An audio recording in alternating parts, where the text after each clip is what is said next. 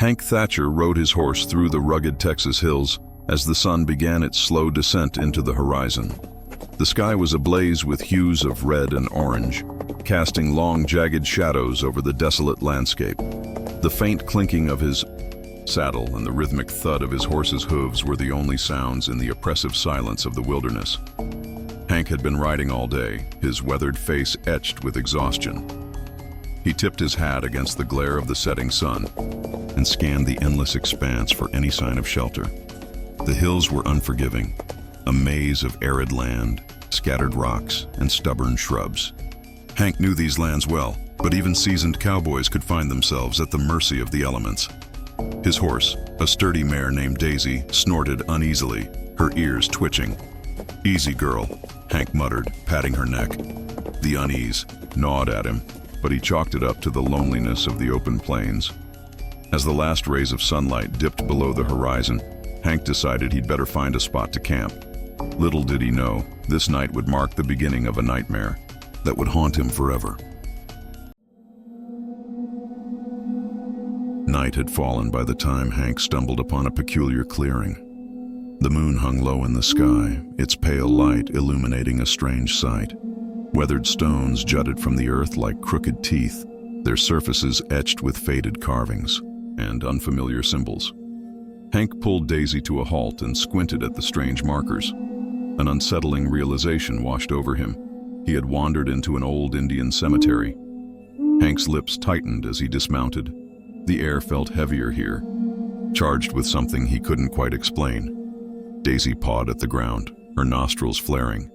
"Settle down," Hank whispered, his voice barely audible over the sudden rustle of leaves in the still air. He looked around, considering his options.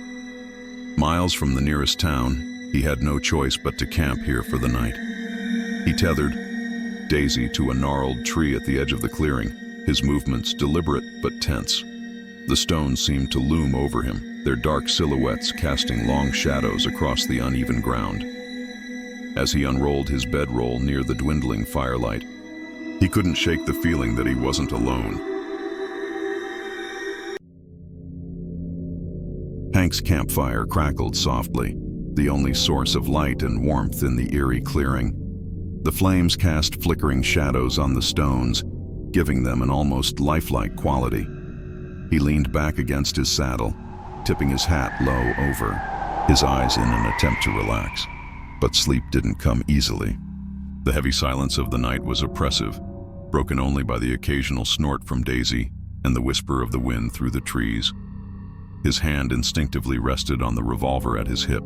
Cowboys didn't survive long in the wild by being careless, and Hank was no exception. Still, there was something different about this night. It wasn't the usual unease of being alone in the wilderness. It was something deeper, something wrong. As he tried to calm his nerves, the fire sputtered, sending a shower of sparks into the air. Hank glanced at the stones again, their jagged shapes appearing almost like hunched figures in the darkness. A chill ran down his spine. Shaking his head, he muttered, "Just your imagination, Hank." But deep down, he wasn't so sure.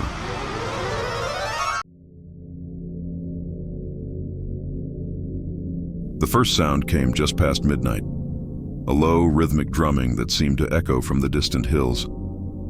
Hank's eyes shot open, and he sat up, his heart pounding. At first, he thought it might be the wind playing tricks on him, but the sound grew louder, more distinct. It was unmistakable, the steady beat of drums, accompanied by faint, haunting chants. He scanned the clearing, gripping his revolver tightly. The fire had burned low, casting the stones in an eerie half-light. Daisy let out a nervous whinny, pulling against her tether. "Easy, girl," Hank whispered, though his own voice betrayed his fear. The drumming seemed to come from all directions, surrounding him. It was otherworldly, a sound that didn't belong in this place or time.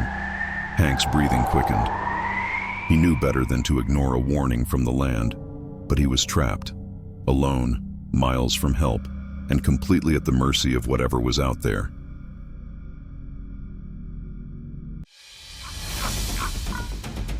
The chanting grew louder, the voices merging into a haunting symphony that sent chills down Hank's spine.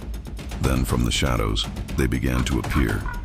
Ethereal figures materialized one by one, their forms shimmering like heat waves. They were Native American warriors and chiefs, adorned in traditional regalia. Their eyes glowed with an unnatural light, and their faces bore expressions of solemn anger. Hank scrambled to his feet, his revolver drawn. "Who's there?"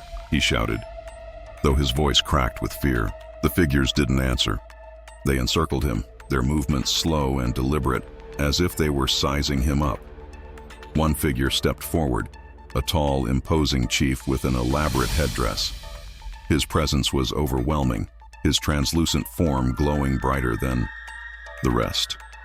When he spoke, his voice was deep and resonant, echoing through the clearing. "You have trespassed on sacred ground, cowboy. Leave now, or face the wrath of the spirits." Hank's throat went dry. He tried to speak, but no words came. The chief's fiery gaze left no room for argument. Hank realized he might not survive the night.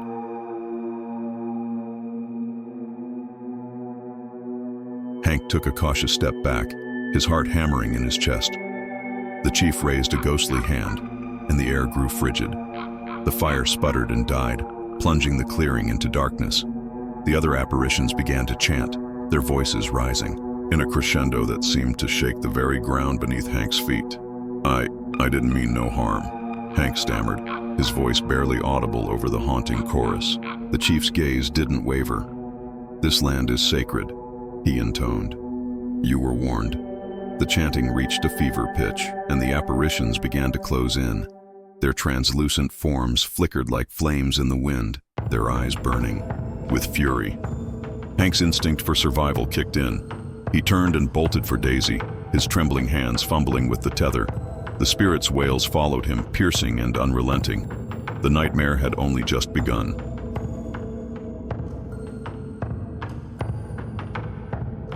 As Hank swung into the saddle, the spirits surged forward, their ghostly forms gliding over the ground with terrifying speed.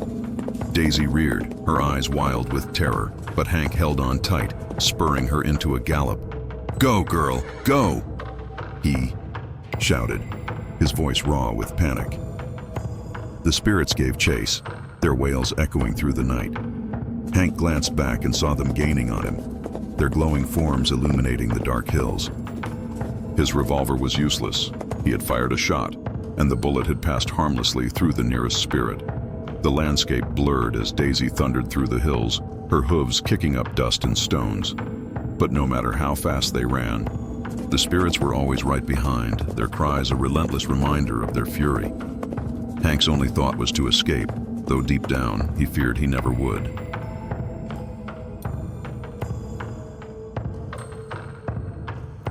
Hours passed, or perhaps minutes. Hank couldn't tell.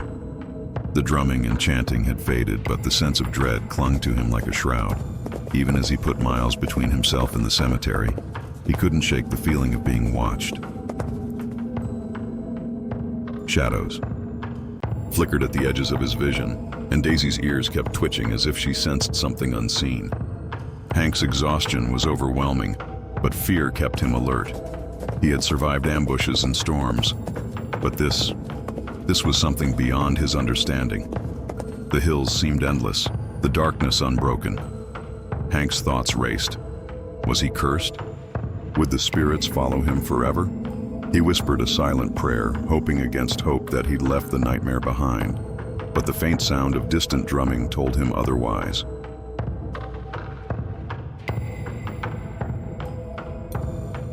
As dawn approached, Hank's strength gave out. He slid from Daisy's saddle and collapsed in an open field, the dry grass prickling his skin. He stared up at the fading stars, his chest heaving. For a moment, there was silence, blessed silence. Then, they appeared. The spirits materialized around him, forming a silent circle. Their expressions were solemn, their glowing eyes unyielding. The chief stepped forward once more, his presence as commanding as ever. He said nothing, but his gaze spoke volumes. Hank was a trespasser, and the land would not forgive. The last thing Hank saw before everything went black was the chief's hand reaching toward him, his ghostly form burning brighter and brighter until it consumed everything.